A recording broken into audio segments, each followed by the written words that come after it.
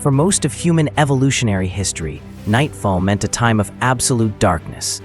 After the sun set, only the moon and stars offered light, faint and unreliable, subject to the weather and lunar cycle. Without artificial light, humans, like most animals, were forced to retreat to shelter and limit all activity.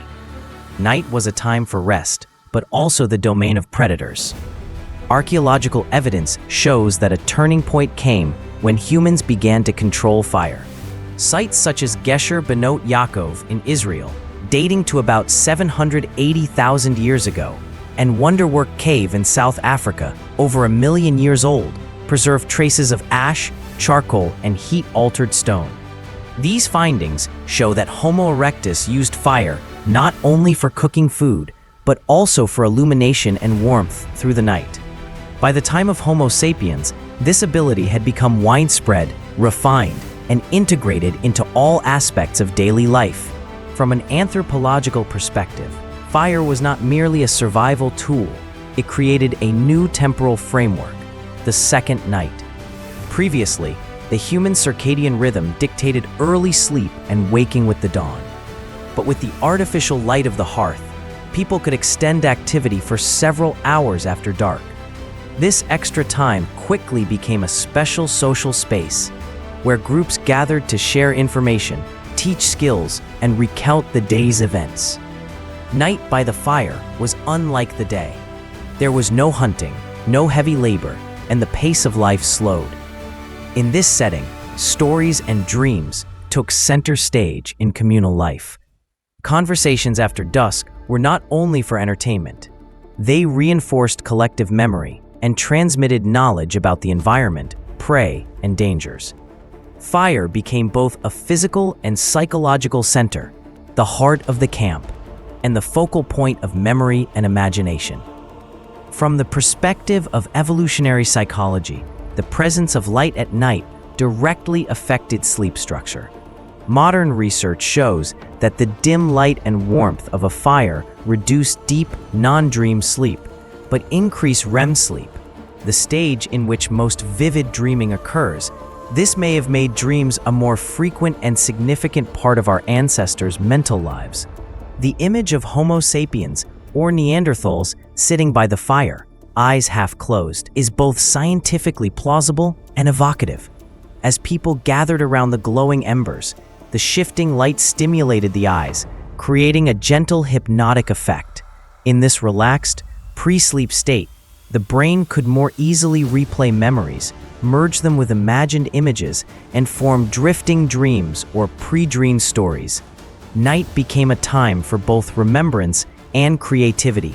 Fire's impact on the night was also reinforced by safety. Before fire, moving or gathering after dark carried high risks, from predators to injuries caused by unseen terrain.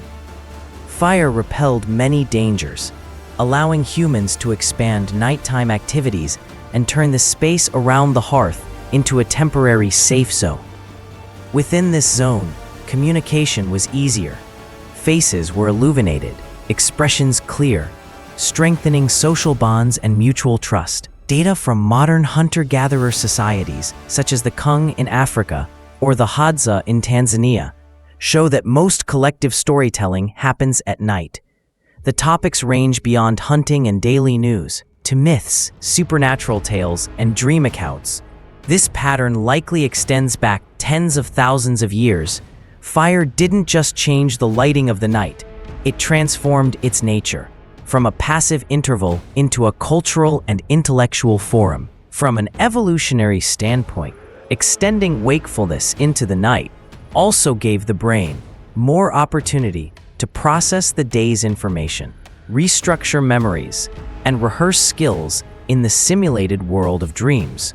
If daytime was for action, the firelit night was for thinking, imagining, and learning indirectly through others' stories.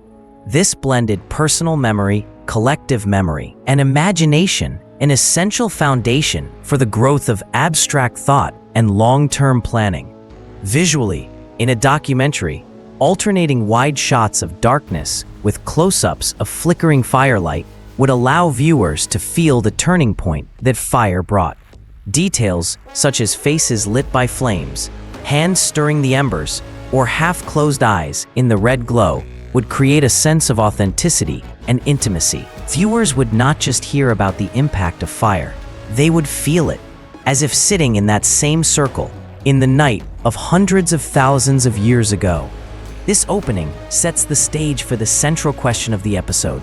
When the night was extended, sleep changed, and dreams became more vivid. What did our ancestors dream about?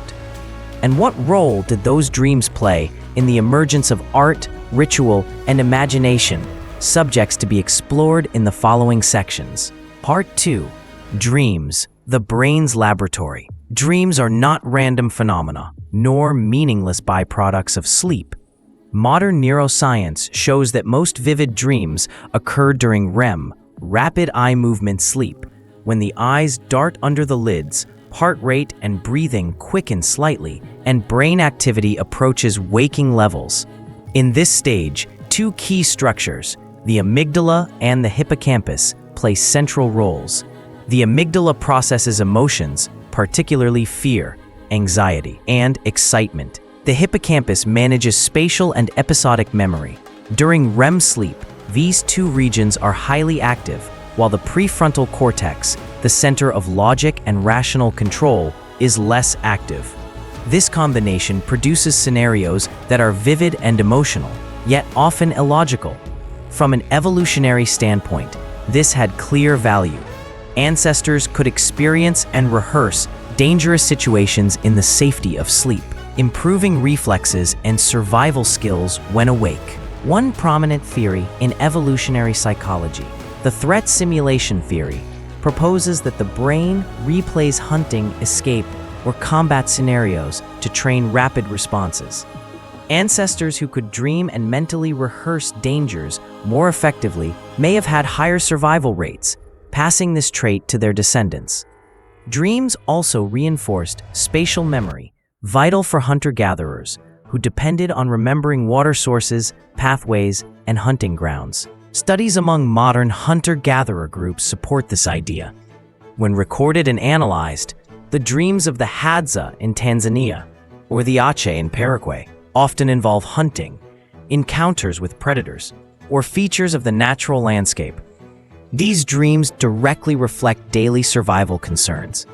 By contrast, urban dwellers' dreams typically involve artificial environments, houses, vehicles, work, and contain fewer natural elements. This difference shows that life context strongly shapes dream content, and that ancestral dreams must have been filled with survival themes. Cross-species comparisons reveal that dreaming is not unique to humans.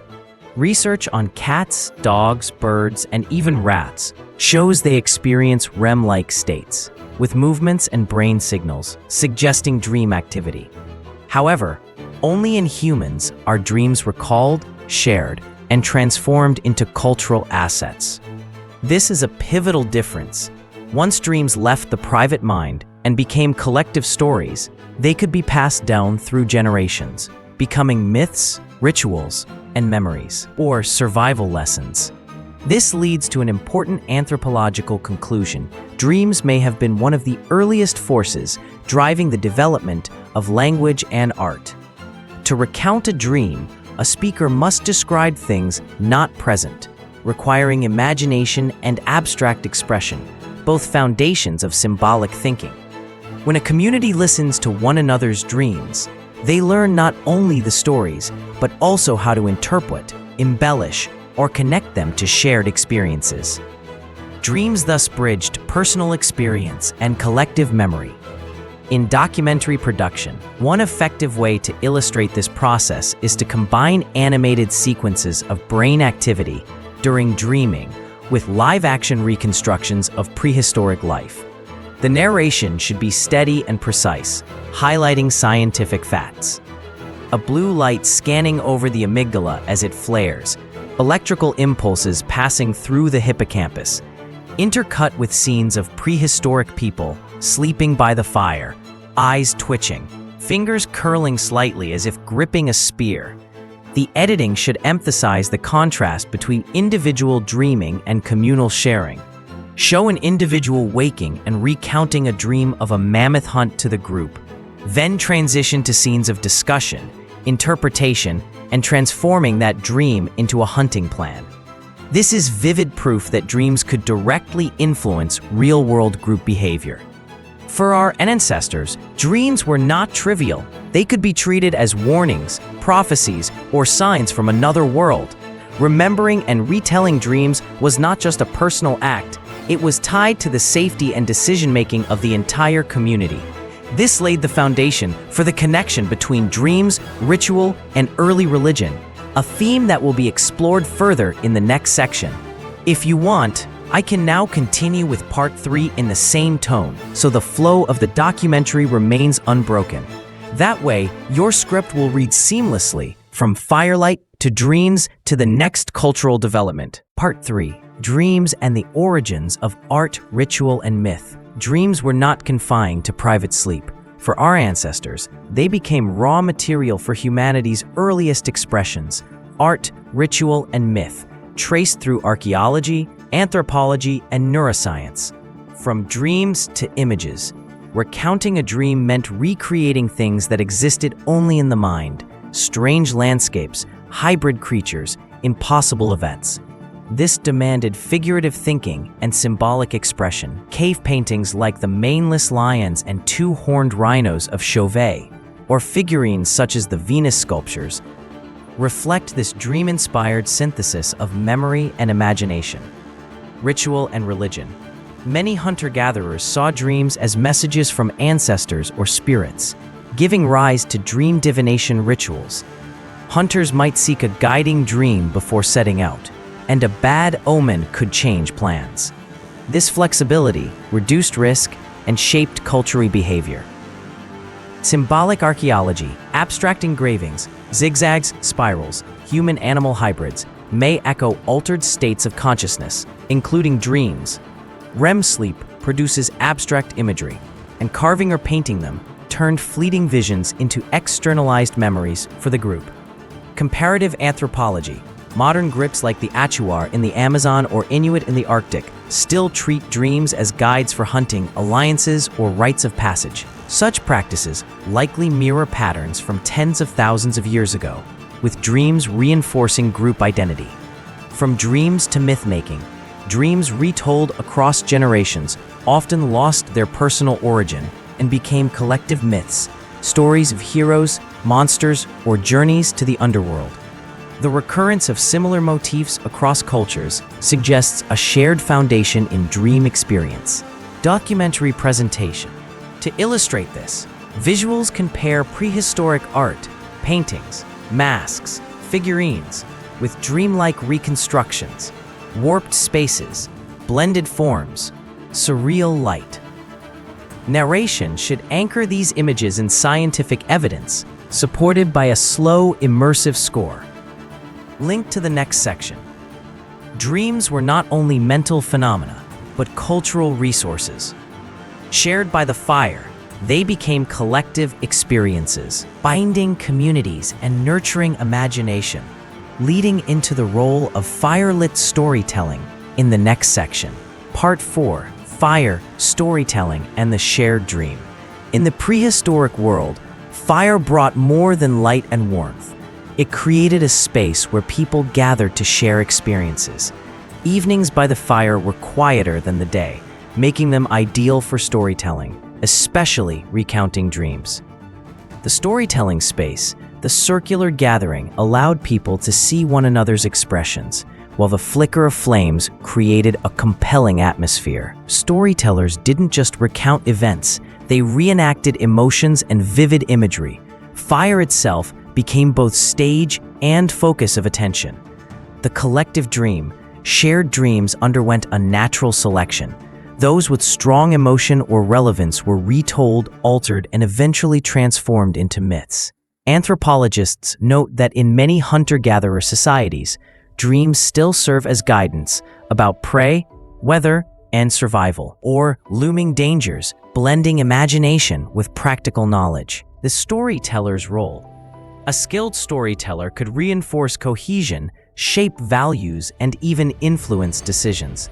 In this way, storytelling was a form of soft power, valued as much as physical strength or hunting skills. Language and imagination. Recounting dreams demanded abstract thought, naming unseen things, using metaphors and symbols. This may have pushed language to greater complexity, paving the way for imagination and long-term planning. Dream-inspired scenarios also helped people anticipate the future and prepare for challenges. Documentary techniques to bring this alive on screen. Scenes could alternate between firelit storytelling and dream reconstructions, close-ups of firelit faces, then surreal images of vast animals, shadowy landscapes, and distorted spaces. Narration should blend scientific detail with evocative description, sustaining both clarity and emotion. Linked to the final section, from the fire's glow, humans extended the night into a realm of imagination. Dreams, once private, became communal memory and myth, a legacy still alive in the human mind today. Part 5. The legacy of dreams in the modern mind. The dreams we have today do not emerge in a vacuum. Their content, emotions, and structure are the product of hundreds of thousands of years of evolution, carrying the mental legacy of our ancestors. Research in evolutionary psychology shows that certain dream motifs recur among people across the world, being chased, falling, encountering strange creatures, witnessing the death of a loved one. These may trace back to survival challenges faced by early humans. Such dreams functioned as warning systems and mental rehearsals.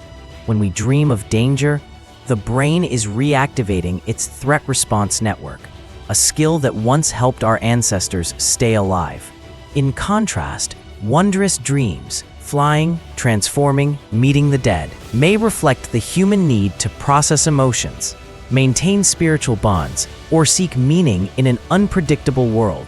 Although the conditions of modern life have changed, these dream patterns persist as a form of inherited mental architecture, deeply embedded in our neural structure. Long-term cultural impact. Dreams remain a powerful source of inspiration for art, science, and religion. Many great works of art were born from dream imagery, from the surrealist paintings of Salvador Dali to Tartini's Devil's Trill Sonata, to mythological tales across cultures.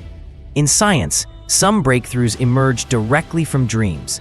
The molecular structure of benzene, the periodic table, even the early vision of relativity. In religion and spiritual belief, dreams still occupy a central role. Many traditions see them as a doorway between humans and the supernatural, a channel for messages from gods or ancestors. Though the forms of these beliefs have changed, they survive in rituals, folklore, and popular culture. A thread through time. Though we no longer gather around prehistoric campfires, we still share our dreams in collective spaces. Today, the fire is the screen of the television, computer, or phone, where millions experience the same stories told through images and sound. Films, books, and social media perform the same function as the ancient fire circle, connecting individuals, creating imagined communities, and transmitting narratives that blend reality with the imaginary. Just as our ancestors once told of dreams of hunting mammoths or meeting forest spirits, we now tell stories of imagined futures, parallel worlds, and distant planets. The essence has not changed. Humans use imagination to transcend present limits, forge emotional bonds, and exchange experience. Closing message. Dreams are not meaningless byproducts of sleep. They are part of the evolutionary story of human intelligence. They helped our ancestors rehearse survival, strengthen memory, develop language, and create the first cultural structures.